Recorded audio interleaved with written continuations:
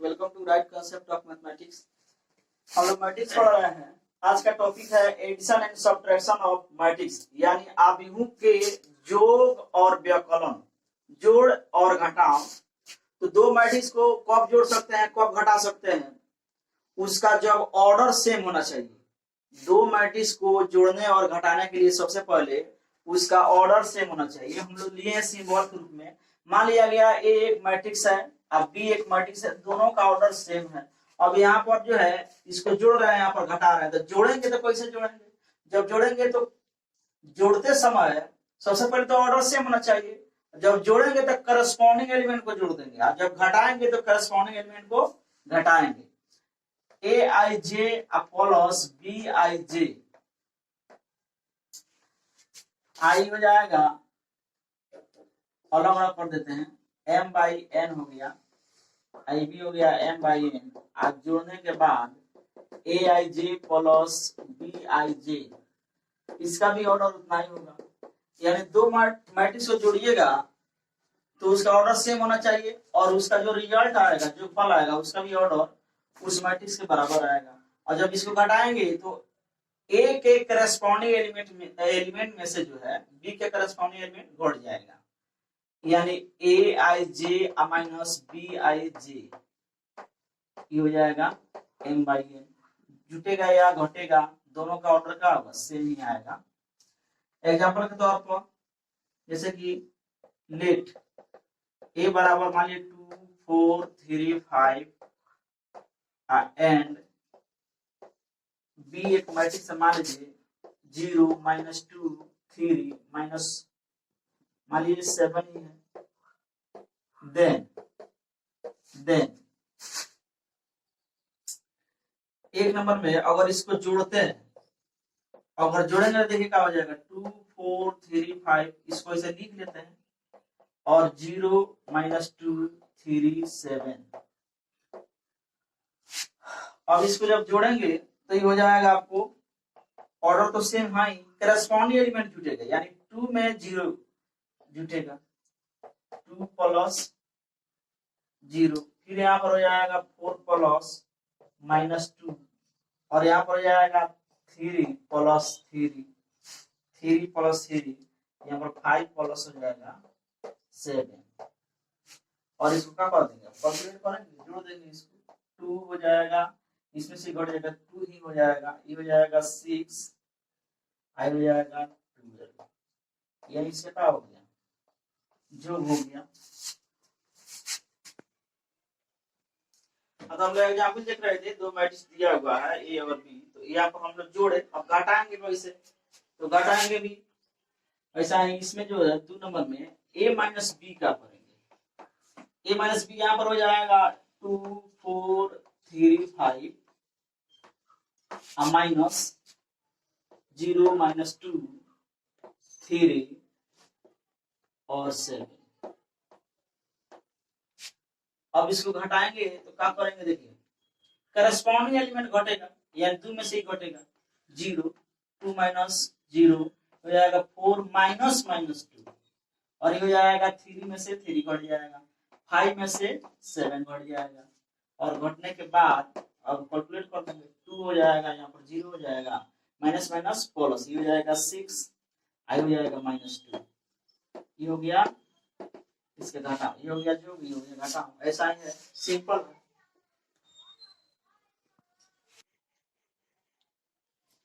हाँ, तो यहाँ पर हम लोग प्रॉपर्टी देख रहे हैं, किसका प्रॉपर्टी, मैट्रिक्स के एडिशन का। तो यहाँ पर जो है ये जो जितना भी लिखा गया ए बी सी सब मैट्रिक्स है। तो अगर दो मैट्रिक्स है ए प्लस बी और बी प्लस ए, दोनों रिजल्ट सेम आएगा। ए को पहले जोड़ दे, बी को बाद में जोड़े, चाहे बी को पहले जोड़ दे, ए को बाद में जोड़े, तो ये दोनों रिजल्ट सेम आएगा। इसको कहते हैं commutative law of matrix addition. ज्यादा नहीं लिखे हैं, यानी आव्यूह के क्रम आव्यूह के जो का क्रम विनिमय नियम। यहाँ पर 3 गो मैट्रिक्स है, ए प्लस बी को जोड़ने के बाद सी में जोड़ दीजिए, चाहे बी और सी को जोड़ने के बाद ए में जोड़िए, दोनों रिजल्ट सेम आएगा। इसको एसोसिएटिव लॉ कहते हैं।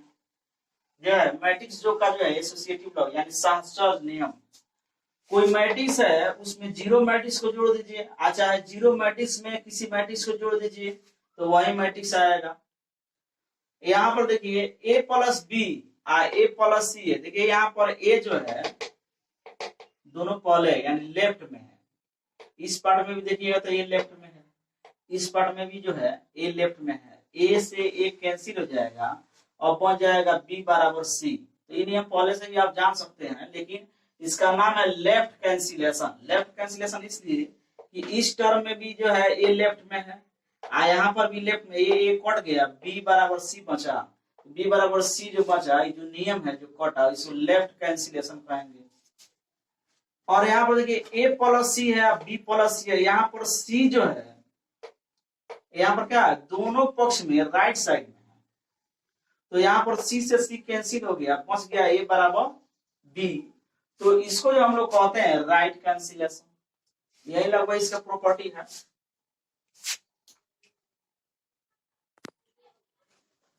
तो अगला टॉपिक है इसमें scalar multiplication of A matrix. Matrix का अदिश गुणन। यहाँ पर स्केलर का मतलब है कि कोई रियल नंबर, यानी इस हेडिंग का मतलब है कि किसी मैट्रिक्स में किसी रियल नंबर से किसी राशि से गुणा करना। तो हम लोग डिटरमिनेंट में भी देखे थे, डिटरमिनेंट में क्या होता है कि किसी डिटरमिनेंट में अगर किसी संख्या से गुणा करते हैं तो डिटरमिनेंट के किसी एक रो या कॉलम में गुणा होता है। लेकिन मैट्रिक्स में क्या होता है कि मैट्रिक्स में अगर किसी संख्या से गुणा कीजिएगा तो उस मैट्रिक्स के हर एक एलिमेंट में ही गुणा हो जाएगा। यहाँ पर लेट ए कोई मैट्रिक्स है, ए आई जे ऑर्डर हो गया m बाई n, देन के ए बराबर हो जाएगा आपको यहाँ पर के ए आई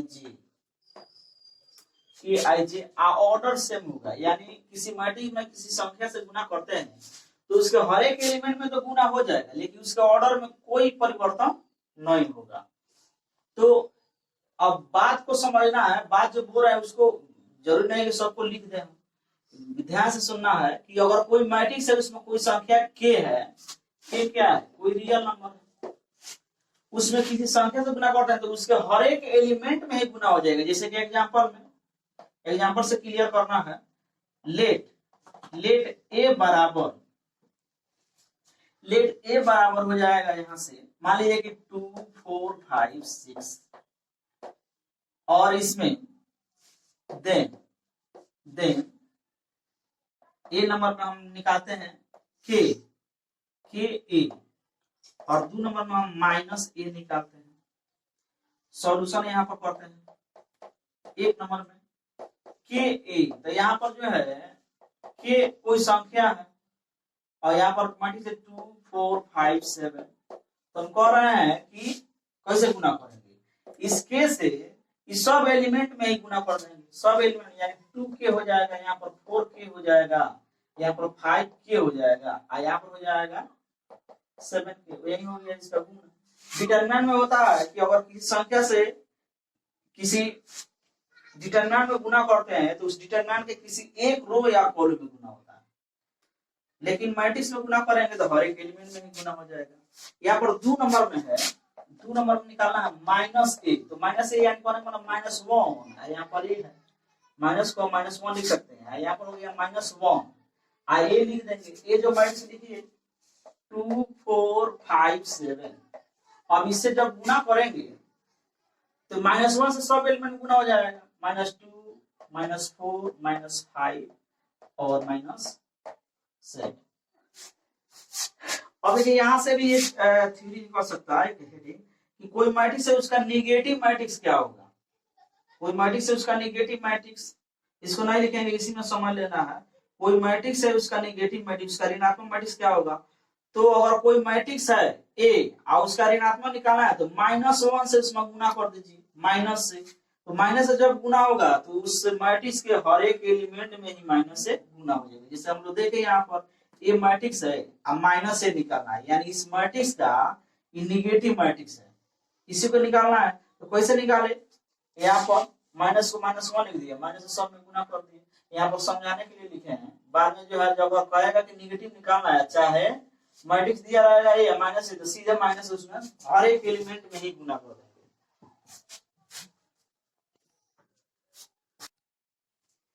हाँ, तो हम लोग जो है प्रॉपर्टी किसका, स्केलर मल्टीप्लीकेशन ऑफ मैट्रिक्स, अभियुक्त के अदिश गुणन का प्रॉपर्टी हम लोग देख रहे हैं।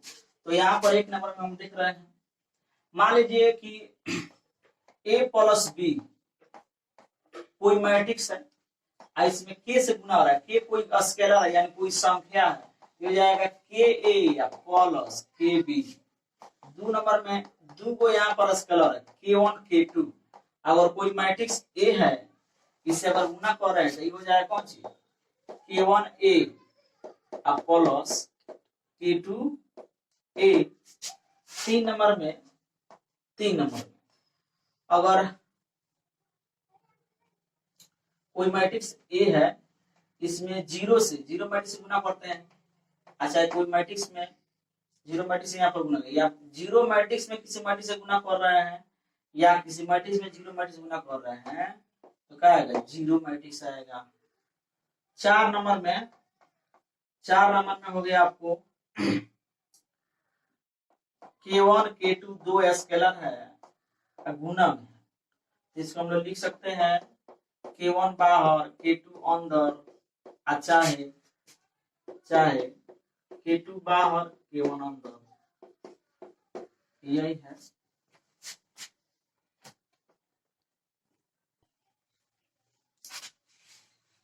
और ये 3 को मैट्रिक्स दिया है ए बी और सी। अब इसमें हम लोग क्या करना है, a प्लस बी, यहाँ पर 2 नंबर में a माइनस मान लिया कि b, और यहां से फिर 3 नंबर हम लोग निकाल रहे हैं a प्लस 3b, और 4 नंबर में है b माइनस 4c है, कुछ नहीं इसमें।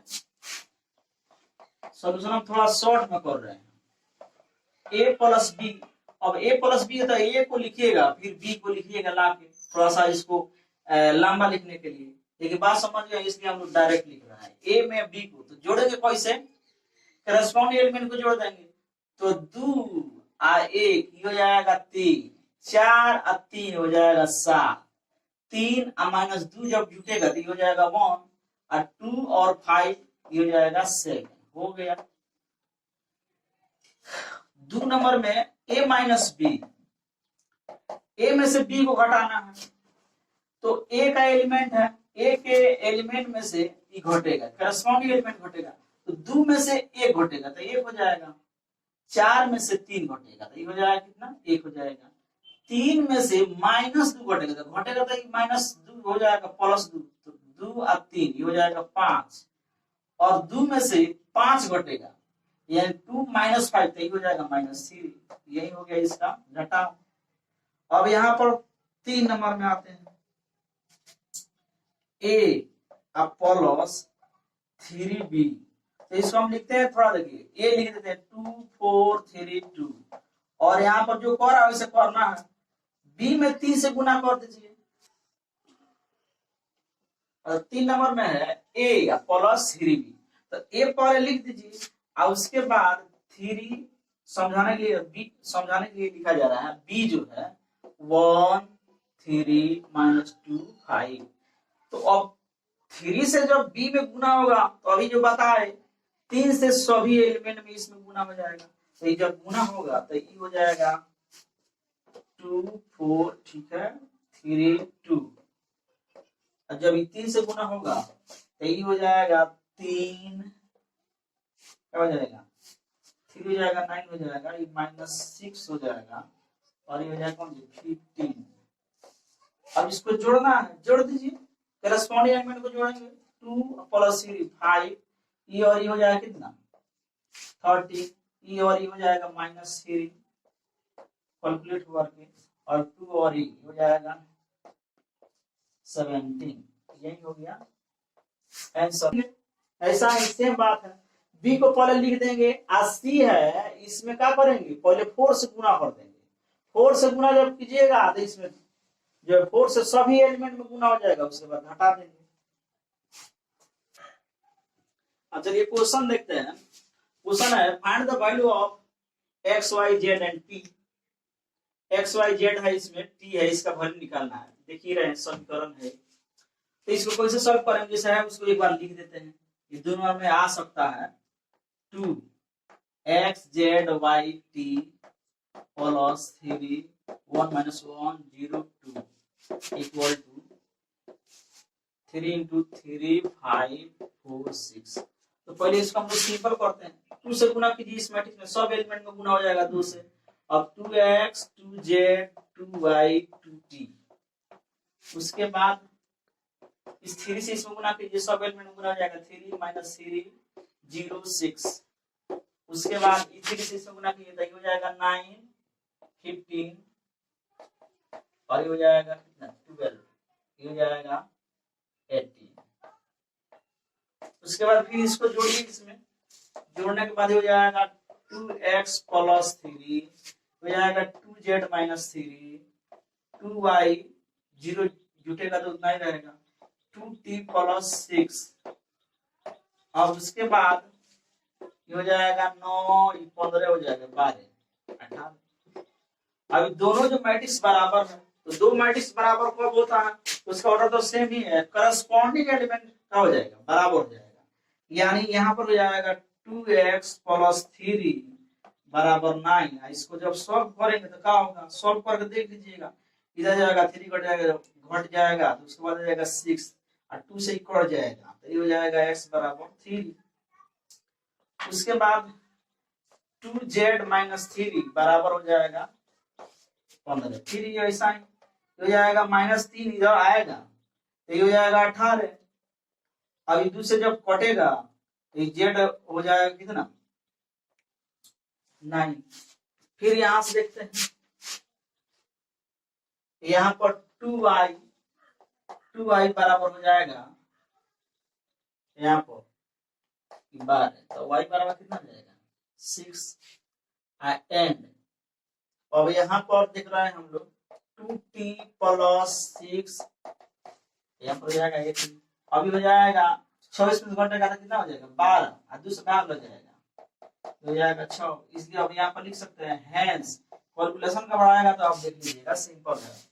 अब x बराबर आया 3, y बराबर आ गया आपका 6, z बराबर आ गया 9 एंड t बराबर हो गया 6।